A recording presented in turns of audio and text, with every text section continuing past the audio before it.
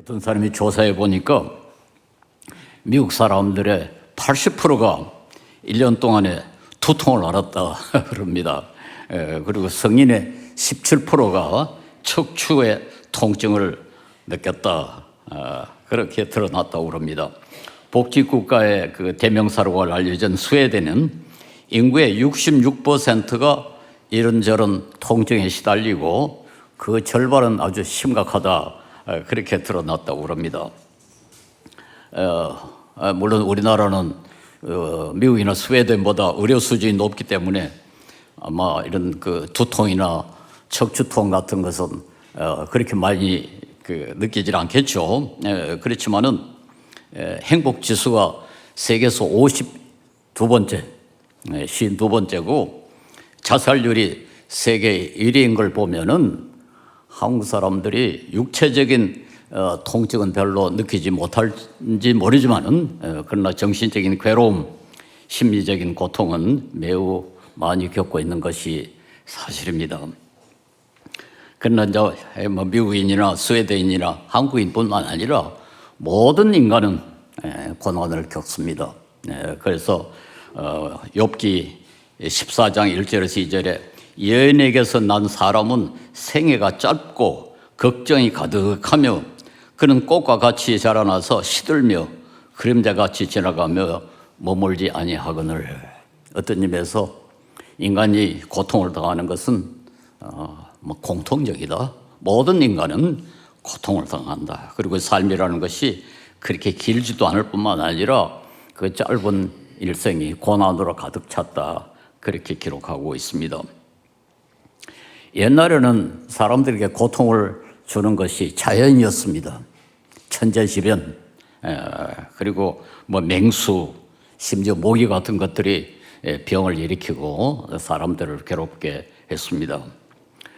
그런데 이 자연이 주는 고통은 인류가 과학과 과학 기술을 개발해가지고 상당할 정도로 극복을 했습니다. 그러니까 우리나라 같은 나라는 그래도 뭐 자연이 가하는 고통은 많이 줄어졌죠. 가령 예를 들어서 가물때, 옛날에는 흉년이 들었지만 이제는 댐을 막아가지고 그 물로 농사를 짓고, 또 비가 많이 오면 홍수가 났지만 요즘은 또 댐을 막아가지고 그 홍수를 상당할 정도로 줄이고, 그래서 자연이 주는 고통은 많이 줄었습니다. 그런데 그러면 인간의 고통이 사라져야 할 텐데 전혀 그렇지 않습니다. 이제는 인간이 인간에게 고통을 가합니다. 자연이 아니라 사람이 사람에게 고통을 가하는 것입니다. 우리가 잘 아는 그 기독교 문필가 C.S. 루이스의 유명한 책 가운데 하나가 고통의 문제라는 책인데요. 여기 보면 인간이 당하는 고통의 5분의 4는 다른 사람이 가한다. 그렇게 기록하고 있습니다. 예를 들어서 거의 뭐 불치병으로 알려진 암 같은 것도 그게 사실은 인간관계에서 오는 스트레스 혹은 사람이 오염을 일으킨 그 자연, 가령 오염된 물을, 오염된 공기, 오염된 음식 이런 걸 먹고 생기는 경우가 참 많다는 거 아닙니까? 그러니까 암 같은 병도 사실은 그것이 인간이 강하는 고통이다. 이렇게 우리가 분류할 수 있지 않겠는가 생각합니다. 우리가 보통 인간의 고통은 죄 때문이다 이렇게 막연하게 이야기하지만 요즘은 그게 아주 구체적으로 드러났어요. 대부분의 사람들이 당하는 고통은 인간 때문이고 그 인간 때문이라는 말은 인간의 죄 때문이다. 이렇게 우리가 결론을 내릴 수 있지 않겠는가 생각합니다. 이런 사실을 감안하면은 우선 우리는 고통을 당하지 않아야지. 그렇게 하려면 우리는 다른 사람이 나에게 스트레스를 가하면 안 되지. 그리고 다른 사람이 환경을 오염시키지 않아야 내가 깨끗한 물, 깨끗한 음식, 좋은 공기 마실 수 있지 않겠나 이렇게 생각할 수가 있습니다. 당연합니다. 그러나 동시에 또 그와 못지않게 오히려 우리가 다른 사람에게 스트레스를 가하지 말아야 된다. 다른 사람이 나에게 스트레스를 가하지 말은 것만, 않는 것만 생각하지 말고 우리도 이제는 다른 사람에게 스트레스를 가하지 말아야지. 그리고 우리도 물을 오염시키지 말고 공기, 음식 같은 것을 오염되지 않도록 해야지. 우리의 책임을 좀 생각할 그런 상황이 아닌가 생각합니다. 더군다나 우리나라는 뭐 기독교인이 상당히 많고 뭐 우리나라의 최대 종교라고 하는데 우리 사회가 이렇게 자살률이 많고 이렇게 불행한 것에 대해서는 우리 그리스도인이 다른 사람에게 고통을 가하지 않는 것에 실패했기 때문이 아닌가? 좀 심각하게 생각해야 할 그런 이유가 되겠다. 저는 그렇게 생각합니다. 오늘 본문에 보면은 위로라는 단어가 10번이나 나옵니다. 요 한 5절 안에 10번이나 위로라는 단어가 나오는 걸 보면 바울 사도가 이 편지 쓸 때 그의 마음에 뭐가 주로 자리 잡고 있는가 하는 걸 생각할 수 있죠. 주로 위로에 대해서 말하고 있습니다. 우리가 정신적인 심리적인 그런 괴로움을 당하는 사람에게 우리가 할 수 있는 아주 중요한 일 가운데 하나가 위로다 이렇게 말할 수가 있습니다. 뭐 위로라는 것이 그렇게 복잡하지 않죠. 괴로운 마음을 평안하게 해주는 게 위로다 이렇게 말할 수 있고 헬라 말로 파라클레시스라는 단어가 있다고 그럽니다만 그건 용기, 응원 이런 것을 요청한다는 의미를 갖고 있다고 그럽니다. 오늘 본문에 그 주석을 쓴 필립 휴라는 분이 위로를 아주 간단하게 정의를 했어요. 혹독한 시련을 겪는 사람을 격려하기 위해서 옆에 서 있는 것, 옆에 서 있다는 것.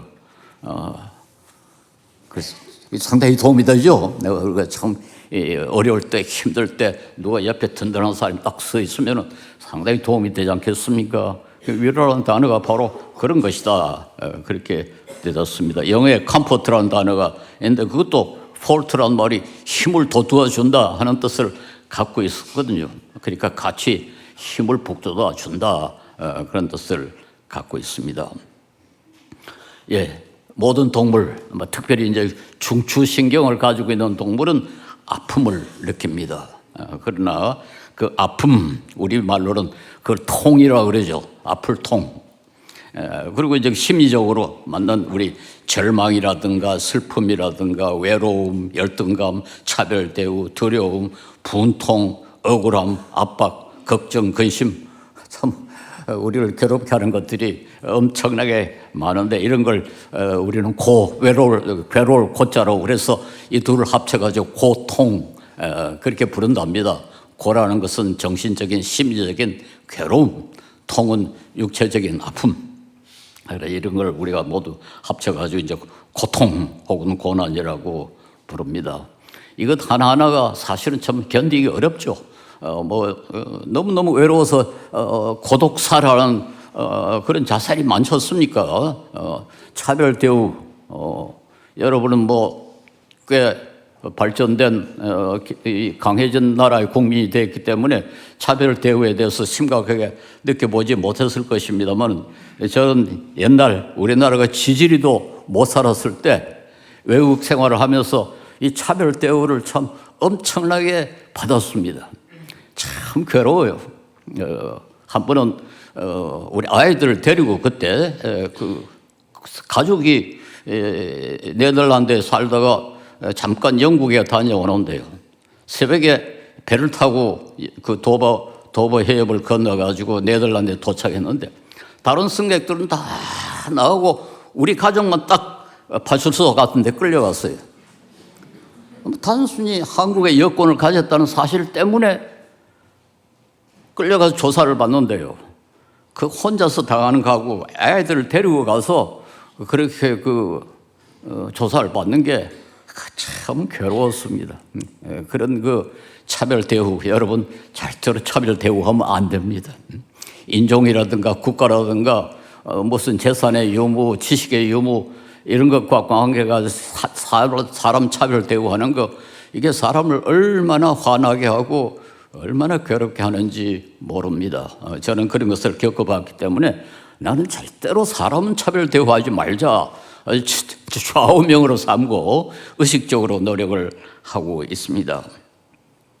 육체적인 통증, 이건 요즘 의료 수준이 높아져가지고 많이 줄일 수가 있게 되었습니다. 그러나 이 정신적인 심리적인 절망이라든가 슬픔이라든가 걱정이라든가 두려움, 차별 대우, 억울함 이런 것들은 그렇게 약 가지고 되는 게 아니지 않습니까? 이럴 때 그저 우리 진통제 먹듯이 하나 약만 먹으면 다 없어진다면 아주 쉽죠. 그러나 그렇게 되지를 않습니다. 그러니까 세계에서 의료 수준이 세 번째로 높은 한국에서 자살률이 제일 많다는 거. 이게 바로 그런 걸 보여주지 않습니까? 그래서 사실은 육체적인 고통보다 정신적인 심리적인 고통 이것이 훨씬 더 심각하다 그렇게 생각이 됩니다. 저도 정말 성인이 돼가지고는 아파가지고 고함을 치거나 울어본 일은 없습니다만 정신적인 괴로움을 때문에 통곡을 한 일도 있습니다. 염치불구하고 제가 총장 노릇을 할 때 바로 옆방에 비서들이 둘이나 앉아가지고 보고 있는데도 큰 소리로 통곡을 했어요. 얼마나 그 괴로움이라는 것이 참 견디기 힘든다 하는 것을 전 직접 경험해 봤습니다. 이 고린도후서를 쓸 때 바울과 그 일행은 아주 심한 고난을 겪고 있었던 것 같습니다. 1장 8절에서 9절 상반절에 보면은 바울은 이렇게 썼습니다. 형제들아 우리가 아시아에서 당한 환난을 너희가 모르기를 원하지 아니하노니 힘에 겹도록 심한 고난을 당하여 살 소망까지 끊어지고 우리는 우리 자신이 사형 선고를 받은 줄 알았으라. 우리가 이 구절을 보통 읽어갑니다만 사형 선고, 여러분 사형 선고 한번 받아봤습니까? 저는 저 자신이 법부로부터 사형 선고를 받은 일은 없습니다만 우리 자식이 의사로부터 사형 선고를 받은 일은 있어요. 태어나서 얼마 되지 않아서 의사가 심장에 무슨 병이 있어가지고 3개월 이상 살지 못한다. 그건 사형 선고죠.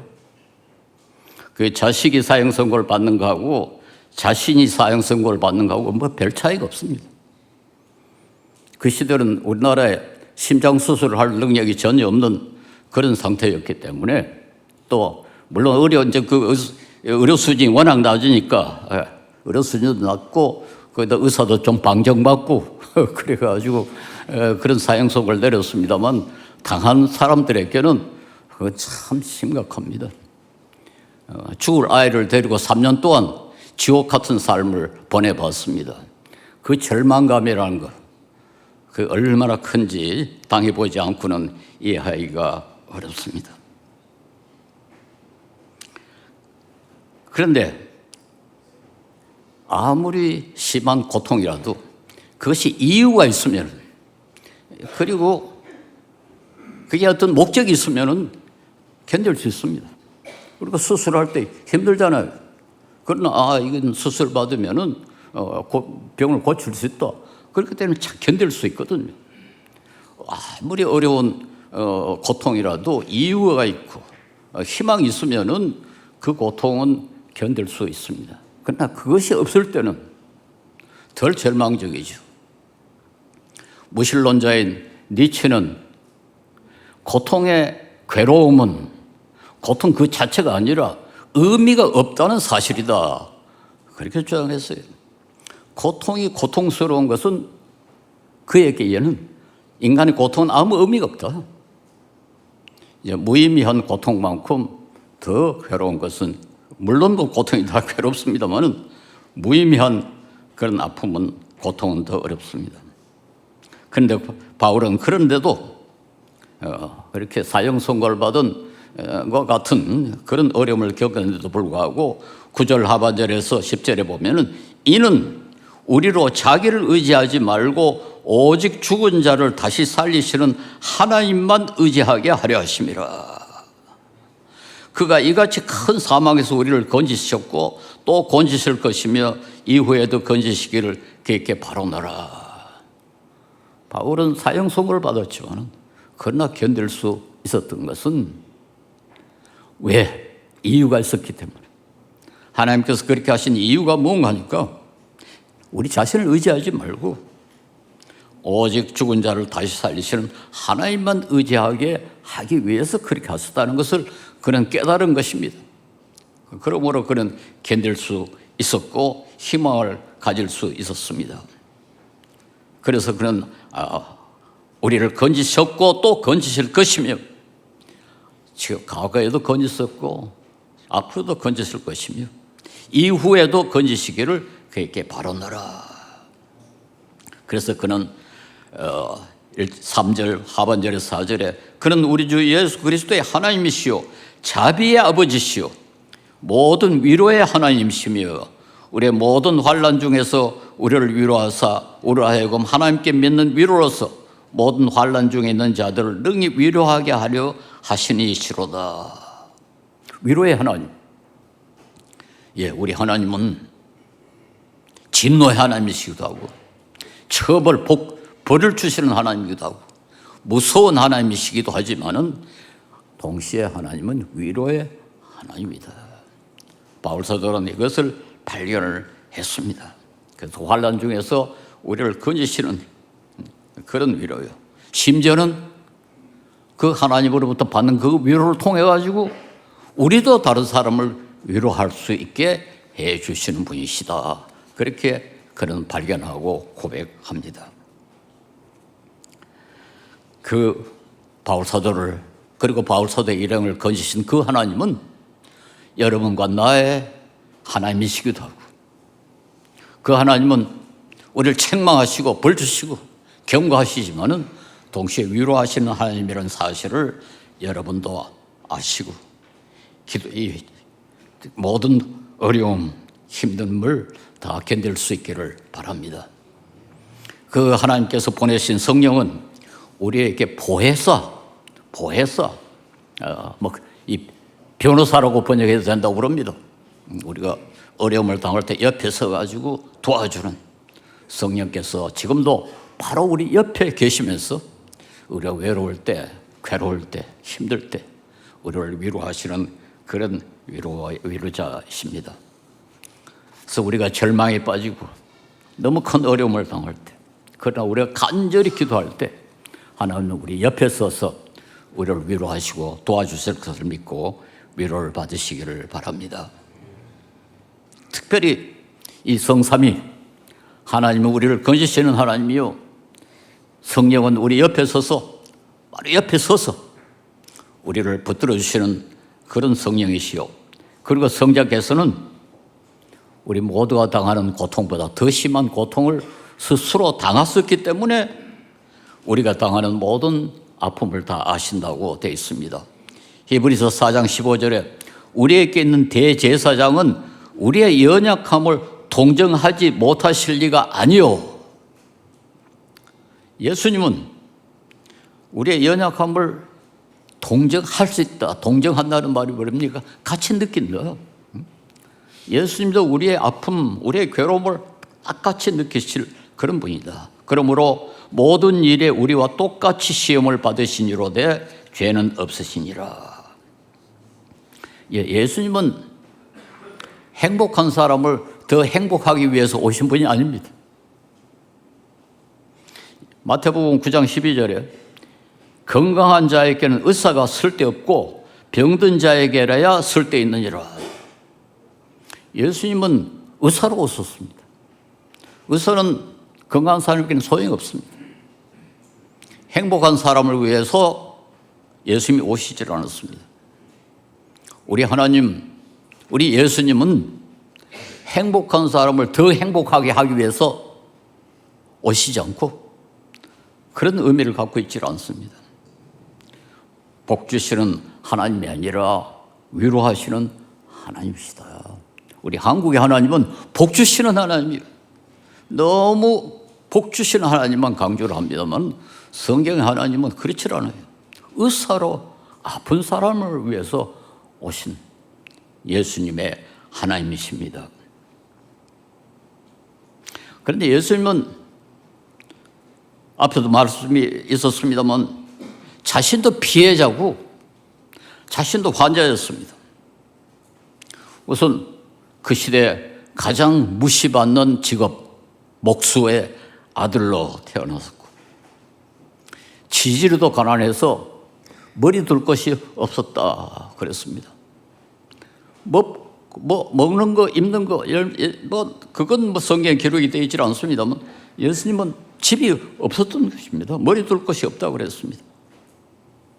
역사상 가장 억울한 재판을 받았습니다. 인간이 개발한 가장 고통스럽고 가장 치욕스러운 이 사형대 십자가에 못 박혀 죽었습니다. BC 1세기에 그 살았던 지체로의 글이 남아 있는데요. 십자가는 로마 시민들에게는 입에도 대지도 마라. 입에 표현도 하지 마라. 너무 치욕스러우니까 로마 시민은 십자가에 못 박히지 않을 뿐만 아니라 언급도 하지 마라. 그렇게까지 썼을 정도로 아주 악독하고 치욕스러운 그런 사형대에서 돌아갔었습니다. 그래서 우리 기독교를 고난의 종교라 그럽니다. 모든 종교가 다 고난을 이야기합니다만은 종교의 창시자가 우리 예수님처럼 그렇게 무시당하고 천대당하고 고통스럽게 그렇게 지내신 그런 종교는 없습니다. 그래서 예수님에 대해서 예언한 이사야는 아주 그걸 거의 뭐 정확하게 예언했습니다. 이사야 53장 2절에 3절에 그는 주 앞에서 자라나기를 연한 순 같고, 이 연한 순이라는 말이 자꾸 오해를 불러일으키는데 아주 예쁘다 그런 인상을 줍니다만 그게 아니고 아주 약하다 하는 뜻입니다. 잠깐만 건드려 떨어져 버리는 그런 그 약한 존재였다. 마른 땅에서 나온 뿌리 같아서 고운 모양도 없고 풍채도 없은즉 우리가 보기에 흠모할 만한 아름다운 것이 없도다. 그런 멸시를 받아 사람들에게 버림받았으며 멸시받는 것. 여러분 멸시받는 것 그 얼마나 고통스러운지 아시죠? 참 그래서 여러분 우리 전에도 말씀드렸습니다만 멸시하지 말아야 됩니다. 절대로 멸시하지 말아야 됩니다. 사람들부터 멸시받는 것만큼 괴로운 것도 그렇게 많지를 않습니다. 사람들에게 버림받았으며 간고를 많이 겪었으며 질고를 아는 자라. 마치 사람들이 그에서 얼굴을 가리는 것 같이 사람들이 보니까 아유 볼 수가 없다고 얼굴을 가리는 것 같이 멸시를 당했고 우리도 그를 귀하지 여기지 아니하였도다. 여기에 그 질고를 아는 자라 하는 구절을 현대 번역에는 그는 언제나 병을 앓고 있었다. 그는 언제나 병을 앓고 있었다. 그렇게 번역을 했어요. 뭐 저는 원어가 정말 그렇게 번역할 수 있는 건지 모르겠습니다만 적어도 공식적인 번역에 이렇게 번역을 한 걸 보면은 뭐 상당히 근거가 있는 거 아니겠습니까? 그러므로 그는 우리의 고통을 우리가 받는 멸시와 차별, 대우와 슬픔과 외로움을 다 아신다. 그렇게 기록이 되어 있고 그러므로 우리를 위로하실 수 있다는 겁니다. 제가 1970년대 초반에 아시아연합신학원이라는 학교가 서대문에 있었는데요. 제가 그때 외국에 대학 교수로 있으면서도 그 아시아연합신학원에 가서 상당한 시간을 보냈습니다. 그 학교는 아시아의 그 선교사를 직접 보내기보다는 차라리 그 나라의 신학생들을 한국에 불러와가지고 교육시켜서 다시 가서 선교하도록 그렇게 하기 위해서 세운 학교입니다. 그래서 그리고 거기 학생들 우리 서울 영동에도 두아나의 목사라고 웨스트 사모아 학생이 우리 교회에서 몇 년 다녔어요. 그래서 교인들에게 아주 그 친근한 그런 아주 훌륭한 목사로 돌아가서 신학교 교장이 됐습니다. 그런데 그 학교가 제가 생각할 때 참 귀한 학교다. 이 선교에 중요한 역할을 한다 해가 제가 참 자원봉사로 대부분의 시간을 너무 많은 시간을 사실 거기 보냈습니다. 그 학교를 세우고 이끌어간 분이 한철아 박사라는 아주 훌륭한 신학자였습니다.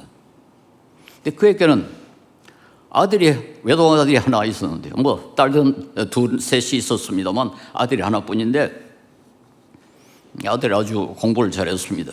그래가지고 한철아 박사가 이 아들을 잘 키워가지고 신학자로 만들어서 자기 후계자로 삼겠다 그런 꿈에 부풀어 있었습니다.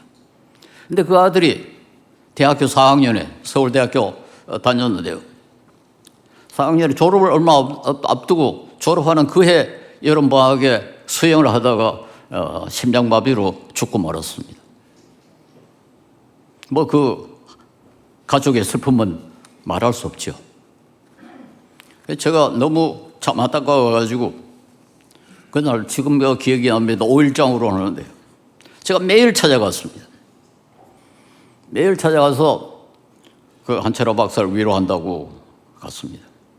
몇 년 후에 한철호 박사가 저에게 그렇게 이야기했어요. 그 손 박사가 매일처럼 나를 찾아와서 위로한다고 하는 거 참 고맙더라. 그러나 하나도 위로가 되지 않더라. 하나도 위로가 되지 않더라. 그렇게 이야기했어요. 근데 연세대학교에 언더우드 박사가 와서 위로하니까 그건 위로가 되더라. 그래요. 근데 왜냐니까 언더우드 박사도 장성한 아들을 잃었어요. 그 장성한 아들을 잃은 분이 와서 위로를 하니까 그건 위로가 되더라. 근데 자기 아들이 생생한 아들을 잃지도 않은 그런 손 박사가 와서 위로하니까 그건 뭐 아무 도움이 안 되더라. 예, 언더우드 박사. 자기가 장성한 아들을 잃었기 때문에 장성한 아들을 잃은 한 박사를 위로할 수가 있습니다. 예수님이 온갖 수모와 고난을 겪었기 때문에 그는 수모와 고난을 겪는 사람을 위로할 수가 있습니다. 바울 사도와 동역자들도 그런 예수님의 위로를 받았기 때문에 그들도 또 그와 비슷한 상황에 처한 사람을 위로할 수가 있습니다. 우리의 모든 환난 중에서 우리를 위로하신 위로하사 우리로 하여금 하나님께 받는 위로로서 모든 환난 중에 있는 자들을 능히 위로하게 하신다. 자기들이 그렇게 사형 선고를 받을 정도로 그렇게 어려움을 처해 봤기 때문에 그런 어려움에 처한 다른 사람을 위로할 수 있게 하셨다. 그렇게 했습니다. 예, 이건 언더우드 박사나 혹은 바울 사도나 그의 동역자들 뿐만 아니라 그리스도의 고난으로 구원받고 위로받는 우리 모두에게도 이런 의무가 있습니다. 우리도 우리 주위에 고통받는 사람들을 위로하고 그들의 고통을 줄여줄 그런 의무가 있습니다. 이렇게 한 박사나 혹은 언더우드 박사나 예수님처럼 그렇게 고난을 겪은 사람이면은 그건 아주 대단한 자원입니다. 그런 분은 정말 참 그와 비슷한 고통을 당한 사람을 위로할 수가 있습니다. 그래서 욥기 주석가는 이렇게 썼습니다. 아무도 고난을 원하지 않지만은 고난을 경험해 본 사람은 그것을 후회하지 않는다. 고난을 겪어본 사람은 후회하지 않는다. 그게 자신의 삶의 깊이를 더하고 그런 고통을 당한 다른 사람을 위로할 수 있기 때문입니다. 그래서 우리의 삶을 어디에다 보내야 될 것인가? 행복한 사람을 더 행복하게 만드는데 우리의 시간과 자원을, 능력을 사용할 것인가? 고통받는 사람을 위로하는데 힘을 써야 할 것인가? 그게 우리 그리스도인에게 하나의 중요한 선택의 문제가 아닌가 생각합니다. 얼마 전도 아닙니다. 벌써 근 30년 전입니다. 우리나라에 아주 그때 이미 정보통신 분야에 그 사업을 일으켜가지고 돈을 아주 많이 번 분이 계시네. 정문수 씨라고. 그분이 뭐 어떻게 알았는지 하여튼 저를 좀 만나자고 그래서 만났습니다. 자기가 재산을 한 300억 정도를 기부를 하고 싶은데 어디다 기부하면 좋겠느냐 그렇게 물어봤어요. 그래서 저는 내가 뭐 이제 여기 하십시오 그렇게 할 위치에 있지는 않고 원칙을 이야기했습니다. 제가 방금 설교한 것처럼 두 가지를 이야기했어요. 행복한 사람을 더 행복하게 하는데 쓸 수 있습니다. 가령 대학에 학생들에게 장학금을 주거나 혹은 연구비를 주면은 이미 뭐 연구원이고 이미 학생이고 그 사람은 꽤 괜찮은 사람인데 그 사람을 더 훌륭하게 만들어 가지고 행복한 사람을 더 행복하게 만들어야 쓸 수가 있습니다. 그러나 나는 그리스도인이기 때문에 불행한 사람의 불행을 줄이는데, 불행한 사람의 고통을 줄이는데 돈을 쓰는 것이 더 가치 있다고 생각합니다. 그러나 약점은 돈이 없어져 버립니다. 어려운 사람들 이렇게 줘버리면 끝나버립니다. 그러나 행복한 사람을 행복하기 위해서 만드는 수는 점점 더 그 사람이 더 훌륭한 학자가 돼가지고 더 많은 연구를 하면 더 많은 이 성장을 이룩하고 심지어는 약한 사람도 도울 수 있으니까 그건 상당히 생산적입니다. 그러나 그건 회장이 알아서 선택하십시오. 나는 고통받는 사람의 고통을 줄이는 것이 더 중요하다고 생각합니다. 그러고 말았어요. 근데 그분은 그리스도인이 아니었고 그걸 카이스트에 기부를 했고 나중에 거기다 250억을 더 기부해가지고 카이스트 역사상 가장 많은 기부를 한 550억에 기부를 했습니다. 그리고 그 학교에 이사장으로도 수고를 하셨는데 존경스러운 분이죠. 550억, 그 작은 돈이 아니죠. 그런 걸 그 학교에 기부해서 그 학교 발전에 그리고 우리나라 발전에 아주 크게 공헌을 했습니다. 그러나 우리 그리스도인은 예수님의 모습을 닮았어요.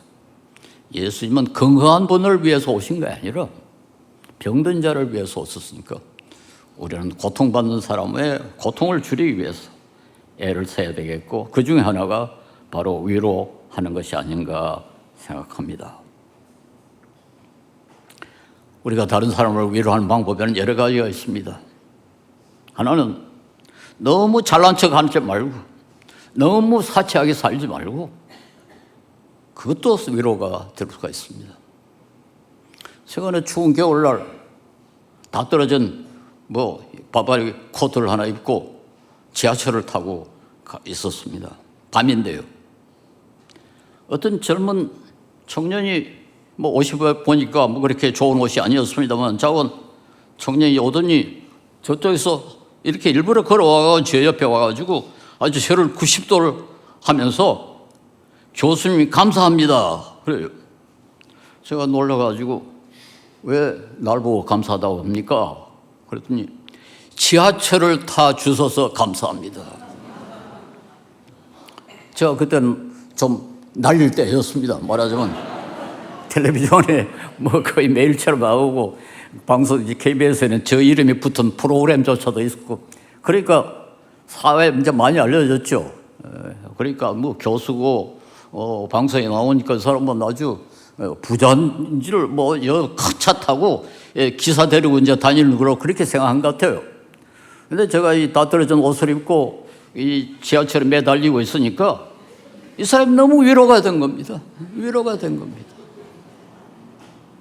제가 그때 이런 사람 위로하는 게 그렇게 복잡하지 않구나.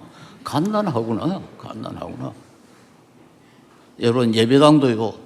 너무 사치하게 하면은 위로가 되질 않습니다. 예배당이 조금 남루해야 됩니다. 조금 후져 보여야 돼요. 제가 한때 어느 대학교 이사장으로 있을 때 그 기사에게 전도를 했더니 기사가요. 아이고 이사장님 저 같은 사람은 교회 못 갑니다. 저 같은 사람은 교회 못 갑니다. 제가 아주 충격을 받았습니다. 한국 교회가 얼마나 타락했기에 기사가 들어가기가 쭈뼛쭈뼛한 그따위 교회를 만들었느냐? 이게 예수님을 섬기는 교회가 아니죠. 우리 기독교는 그런 종교가 되어서는 안 됩니다. 또 우리 영동교회도 다닌 아주 저하고 가까운 그런 권사님 한 분이 그렇게 했어요. 손장로도 자식이 대학 입시에 좀 떨어져 봐야 되는데 그래. 우리 아이가 둘인데 그렇게 실력에 맞도록 저 지원을 해가지고 재수 한 번 안 하고 둘 다 합격을 했습니다. 그런데 그러니까 재수시키고 대학 시험에 낙방한 사람은 사정을 모른다는 거죠. 참 미안했어요. 한번 떨어졌어야 되는 건데 그런 생각을 했습니다. 여러분, 대학 시험에 떨어지는 것도 재산입니다. 재산이에요. 자기가 떨어지거나 자식이 떨어지는 것도 재산이 위로할 수 있습니다. 그래서 너무 잘난 척하지 말고 검소하게 그렇게 사는 것도 위로가 될 수 있습니다. 로마서 12장 15절에 즐거워하는 자들과 함께 즐거워하고 우는 자들과 함께 울어라. 즐거워하는 자와 함께 우는 자들과 함께 울어라. 어떤 청년이 암에 걸려가지고 너무 화가 나서 과음을 지르고 누가 위로해도 위로를 받지 않고 의사가 이렇게 해라 저렇게 해라도 자는 말도 안 듣고 화만 냈대요. 그래서 가족들이 좀 걱정을 하고 있는데 동네 꼬마가 하나 왔더래요. 한 20-30분 그 환자하고 갔다 있다가 갔는데 사람이 완전히 바꿔졌더라는 거예요. 과음도 안 지르고 다른 사람 위로도 받아들이고 의사 시키는 약도 잘 먹고 그러더라는 거예요. 그래가지고 가족이 물어봤답니다. 그 아이 보고 너 뭐 했냐? 가서 무슨 말 했냐? 그러니까 아무 말도 안 했습니다. 그러면 20-30분 동안 뭘 했냐? 같이 그걸 알고 울었습니다. 같이 울었습니다. 네, 같이 울어주는 것. 우리가 입에 말린 말 가지고 이렇게 저렇게 위로하는 거 실제로 고난받는 사람에게는 아무 위로가 되질 않습니다. 그래서 어떤 사람이 그래요. 그럴 바엔 아무 말도 말고 가만히 앉아 있다고 오라고. 응? 괜히 입에 발린 말 하지 말고. 그렇습니다. 중요한 건 같이 있는 거. 그래서 동정이라고 아까 번역에도 동정이라는 말이 있습니다만 동정이라는 말이 영어에 그 심파시라고 나전으로 헬라 말이에요. 심이라는 건 같이 하는 말이고 파시 하는 말은 고통당한다는 뜻을 갖고 있어요. 같이 고통한다. 같이 아파한다 하는 뜻을 갖고 있습니다. 그런데 요즘은 또 새로운 단어를 만들었어요. 엠파시라는 단어를 또 만들었어요. 네, 그래가지고 심파시와 엠파시를 구별을 하는데 엠파시라는 말은 요즘 감정이입이라고 번역을 합니다. 그래서 요즘 저 책에 무슨 사전에 보니까 심파시는 제3자의 입장에서 고통당한 사람을 이해하고 가능한 도와주려고 애를 쓰는 것을 뜻하고 엠파티는 완전히 그 사람과 일체가 되어가지고 그 사람과 같이 아파하는 것을 뜻한다. 그렇게 되어 있어요. 그래서 우리가 고통당한 사람과 동정도 하지만은 그보다 더 중요한 것은 같이 아파하는 감정이입이 아닌가 생각합니다. 여러분 가운데도 마치 사형선고를 받은 것처럼 그런 고통을, 괴로움을 겪은 분들이 계실지 모르겠습니다.